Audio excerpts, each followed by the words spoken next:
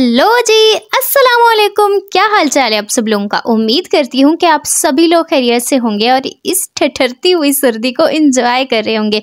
चलो अब जल्दी से बता दो कि आपकी तरफ मौसम कैसा है। अभी हमारी तरफ तो कब से सूरज निकला ही नहीं है, और अगर सूरज आपकी तरफ है तो उसे बोलो भाई इधर भी निकल आए, थोड़ी सी हमें भी धूप की ज़रूरत है। और आप लोगों को तो पता होगा मुझे धूप कितनी पसंद है। और आज है डेट जी 10 जनवरी, और आप लोगों को अगर भूल गए तो मैं आपको याद दिला दूं कि आप लोगों ने इस न्यू ईयर के स्टार्ट में कुछ रेजोल्यूशंस बनाए थे। तो जो आपने इस न्यू ईयर में करना है वो सिर्फ बनाना नहीं था, सोचना नहीं था, अब उस पर अमल भी करना है। और जी अब क्योंकि नए साल के 10 दिन गुजर चुके हैं तो थोड़ा सा चेक एंड बैलेंस रख लें कि आपने कितना काम किया है और कितना नहीं किया। सर्दी अपनी जगह, वेकेशंस अपनी जगह, बट अपना काम अपनी जगह। जिन लोगों ने रेजोल्यूशंस नहीं बनाए थे और अब वो सोच रहे हैं कि अब हम पता नहीं बनाए ना बनाए, तो कोई भी लम्हा स्टार्ट के लिए गलत नहीं होता। यहाँ पे देख लो, मेरी डायरी के अंदर मैंने मंथ्स लिख लिए हैं, और जो मैंने सोचा है अगर वो हो गया तो फिर मैं हर मंथ के अंदर मैं लिखती जाऊंगी, और थोड़ा सा चेक एंड बैलेंस रहेगा कि कितना जो है वो इस साल से फ़ायदा उठाया है, मतलब अपने आप को कितना ज़्यादा ग्रूम किया है हर चीज़ में। अच्छा, अब मैं आपको थोड़े से ना ऐसे गाइड दे देती हूँ कि मैंने किस तरीके से अपने न्यू ईयर रेजोल्यूशंस बनाए हैं या किस तरीके से मतलब बनाया जाता है। बेसिकली आपने अपने जहन में अपनी वो सेल्फ रखनी होती है, मतलब आप थोड़े वक्त के बाद या 1 साल के बाद खुद को कहाँ देखना चाह रहे हो। फॉर एग्जाम्पल, अब ना जल्दी उठना चाह रहे हो तो फिर वो आपके जहन में होगा कि आपने सुबह जल्दी उठना है। अगर आपने CSS क्लियर करना है, जो कि मैं बिल्कुल नहीं करने वाली क्योंकि मुझसे इतनी पढ़ाई नहीं होती, तो फॉर एग्जाम्पल अगर आपने CSS करना है तो आपको क्या करना होगा, या अगर हम एक एग्जाम्पल ले लें कि हमें कुरान पाक तर्जुमे के साथ इस साल पढ़ना है, उसके लिए हमें क्या करना होगा। अच्छा, रेजोल्यूशन किसी भी टाइप के हो सकते हैं, जैसे स्टडी से रिलेटेड हो गया, अपनी ग्रूमिंग से रिलेटेड, या फिर आपकी हेयर केयर से रिलेटेड भी हो सकता है, मतलब जिस चीज़ पर आप लोग फोकस करना चाहो। अब उन चीज़ों से रिलेटेड आपको स्टेप्स लेने होते हैं, मतलब कुछ करोगे तभी तो कुछ अचीव होगा ना। फॉर एग्जांपल, आपने सुबह जल्दी उठना है तो आपने अपने जहन में रखना है कि सुबह 7 बजे मैंने उठ जाना है, लेकिन इसके लिए आपको जल्दी सोना भी पड़ेगा। बच्चों जल्दी सो जाया करो। अब जैसे हो गए CSS, तो उसके लिए आपको बहुत पढ़ना पड़ता है। मैं जस्ट एग्जांपल दे रही हूँ, मुझे नहीं पता कितना पढ़ना पड़ता है। फॉर एग्जांपल, सुबह आपने 4 घंटे स्टडी करनी है, शाम में अपने 4 घंटे करनी है। ये रोज़ करोगे तो तब जाकर जो है ना आपको एक अपना बिग माइलस्टोन जो है वो आपका अचीव हो जाएगा। फॉर एग्जाम्पल, आपने तर्जुमा कुरान पाक का पढ़ना है, तो उसके लिए आपके जहन में होनी चाहिए कि डेली आपने कितनी आयात पढ़नी है, क्योंकि अब ये तो नहीं होता कि आपका पूरा दिन आप उसी चीज़ में लगा दोगे, लेकिन अपनी लाइफ से थोड़ा थोड़ा टाइम आपको निकालना है और उसी टाइम को आपने यूज़ करना होता है। अब अगर हेयर केयर की बात करें तो वीकली बेसिस पर कुछ स्टेप्स हैं जो आपको करने पड़ेंगे ताकि आपके बालों की हेल्थ जो है वो अच्छी हो जाए। फॉर एग्जांपल, आपने एक वीक के अंदर ना अपने डे सेलेक्ट कर लेने हैं कि आपने हेयर मास्क लगाना है, अपने हेयर पर ऑयलिंग करनी है, मतलब ये सारा कुछ करना है, फिर जाके ना आपको एक अचीवमेंट मिलेगी। अब आती है बात कि अब आपने किस तरीके से इस सारी चीज़ों को करना है। तो मैं तो भी बिलीव करती हूँ टू डू लिस्ट पे, मतलब अपने हर दिन के कामों के बारे में। वो आपने सिंपल सी बना लेनी है, अपने एक रफ पेज लेना है, उसको भी आप लोग यूज़ कर सकते हो इस तरीके से जैसे कि मैं इसको यूज़ करी हूँ। बाकी ये वीडियो मैंने बहुत ज़्यादा रफ तरीके से बनाई है, होप्स आपको समझ आ जाएगा। अगर आपको समझ आ गया तो बस फिर मेरा काम जो है ना वो हो गया। इस तरीके से अपने काम लिख लेने हैं, और आपने ना दिन में ना 2 टाइम निकालना है, एक सुबह का और एक ना दिन के बीच में, कि आपने चेक कर लेना है कि कौन कौन से काम हो गए और कौन कौन से करने हैं। इस तरीके से आप अपने हर दिन को बहुत ज़्यादा अच्छे तरीके से इस्तेमाल कर सकते हो। फिर जब ये काम हो जाए तो आपने उसे टिक कर लेना है कि हाँ ये हो गया, और इस चीज़ को देख के आप बहुत मोटिवेट हो गए। बाकी आप ना जाके कहीं से परचेज भी कर सकते हो, daily planner, weekly planner, monthly planner आपको मिल जाएंगे, आपको ये ईयर का प्लानर भी मिल जाएगा। बाकी अगर आप उतना ज़्यादा नहीं इन्वेस्ट करना चाह रहे तो आपको पिंटरेस्ट, गूगल्स पे भी मिल जाएंगे।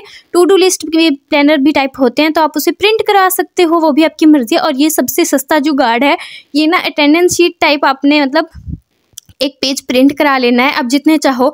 यहाँ पे आप अपने खुद दिन के हिसाब लगा सकते हो, और यहाँ पे आपने अपना काम लिखना है, मतलब जल्दी उठना है अगर आपने, तो आपने रोज़ उसे ना इस तरीके से जब आप उठ गए तो आपने टिक कर देना है, ठीक है ना। तो जब आपके 3 से 4 दिन अब अगर आप जल्दी उठे तो फिर आपका बिल्कुल भी दिल नहीं करेगा कि नेक्स्ट आपके जो बॉक्स है उसके अंदर क्रॉस लगे। तो इस तरीके से आप मोटिवेट रहोगे, और आप जब इसको देखोगे, मतलब 1 वीक के बाद आपने चेक किया कि हाँ हमारा कौन कौन सा काम हो रहा है। अगर फॉर एग्जांपल 3 दिन आपने कोई काम करना था और वो आपने नहीं किया, तो फिर आप नेक्स्ट डे कोशिश करोगे कि जल्दी से जब भी आपका टाइम निकले, फ्री टाइम में ना आप वो काम जल्दी से कर लो। और ये है सबसे ईजी सा तरीका टू डू लिस्ट बनाने का। ये कुछ चीज़ें जो मैं करने की कोशिश करती हूँ, मतलब मैंने कुरेशा भी करना होता है, डेली बेसिस पे कोशिश करती हूँ रीडिंग भी हो जाए, व्लॉग भी अपलोड हो जाए, तो उसको फिर आप टिक कर सकते सकते हो। इससे फिर आपको याद भी रहता है और सब कुछ चेक एंड बैलेंस भी रहता है। होप सो ये सब आपके लिए हेल्पफुल रहा होगा। बाकी यहाँ पे देख लो, इस ना फ्रॉक को मैंने आपको दिखाया था, इसके साथ फिर मैंने ग्लव्स बनाए थे। सॉरी, इनको मिटन्स बोलते हैं, छोटे छोटे बच्चों के होते हैं। और इसकी शूज़ बहुत ज़्यादा प्यारी लग रही थी, मुझे बहुत क्यूट लगी और इसका बटन बहुत प्यारा था। सो ये सारा फ्रॉक बन चुका है। अगर आपको ना डिफरेंट डिज़ाइन देखने हैं क्रोशे वाले फ्रॉक्स के, या आपको कुछ परचेज करने हैं, तो आप लोग मेरी Instagram ID Alia crochet love पे मुझसे रब्ता कर लेना। इस चैनल के डिस्क्रिप्शन में आपको इंस्टाग्राम का लिंक मिल जाएगा। फिर मेरी नंद ने बनाई थी आलू की टिक्कियाँ, तो हम लोगों ने वो एंजॉय की। 2 टेक मैंने यहाँ पे वीडियो के लिए थे ताकि अच्छी अच्छी वीडियो आपसे शेयर कर सकूँ।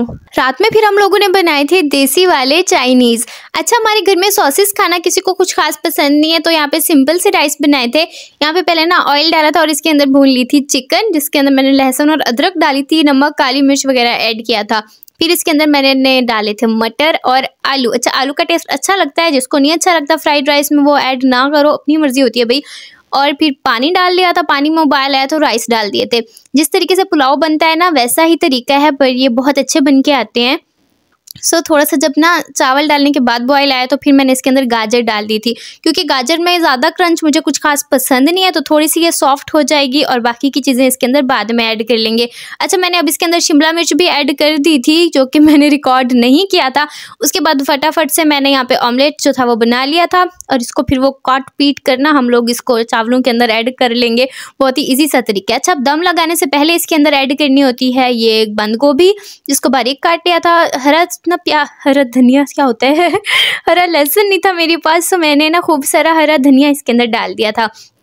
और ऊपर से ऐड कर देंगे इसके अंदर अंडा। सो चीज़ का दम लगा देंगे, और दम लगाने के बाद हमारे मज़ेदार से राइस रेडी हो गए थे। अच्छा, थोड़े से ज़्यादा कुक हो गए थे, इसलिए खिले खिले नहीं लग रहे।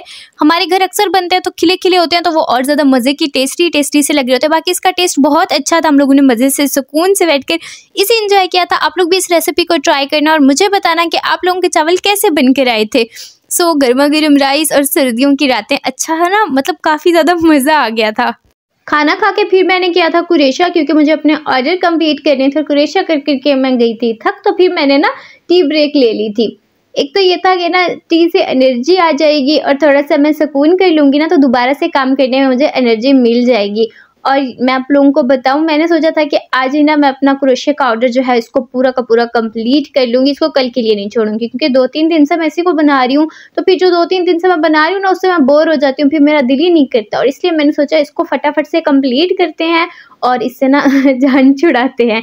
सो यहाँ पे आप लोग देख लो, फिर मैं यहाँ पे कुरेशा करने लगी थी और मेरे ग्लव्स ऑलमोस्ट कंप्लीट हो चुके हैं। और बाकी ना, हाँ सॉरी, मुझे एक और ग्लव इसके साथ में बनाना था, और इसके साथ में बनाने होते हैं इसके टसल, और इसके ऊपर लगानी थी प्यारी प्यारी सी वो, टसल के ऊपर लगाने थे फ्लावर। तो अभी इतनी सारी चीज़ें मुझे बनानी थी इन सारे ग्लव्स की। सो यहाँ पे मेरे ग्लव्स जो है वो रेडी हो चुके हैं। ये ब्राउन एंड ब्लैक कलर में मैंने बनाए थे, और ये अगेन वो वाला स्टाइल था। बीच में मेरी क्लास का टाइम हो गया था, तो मैंने 5 मिनट क्लास ली, क्योंकि फिर नेट चला गया था, इंटरनेट था ही नहीं यार। इंटरनेट वालों की वजह से ना मेरी आई थिंक 4 से 5 लेक्चर्स जो हैं वो हुए ही नहीं है, और मुझे इतना दुख हो रहा था। अच्छा, यहाँ पे मैंने सारी चीज़ें बना ली थी, इनके फ्लावर्स भी बना लिए थे, और बो वगैरह भी मैंने बना ली थी। ऑलमोस्ट सबकी आई थिंक 1 या 2 की ही रह रही थी।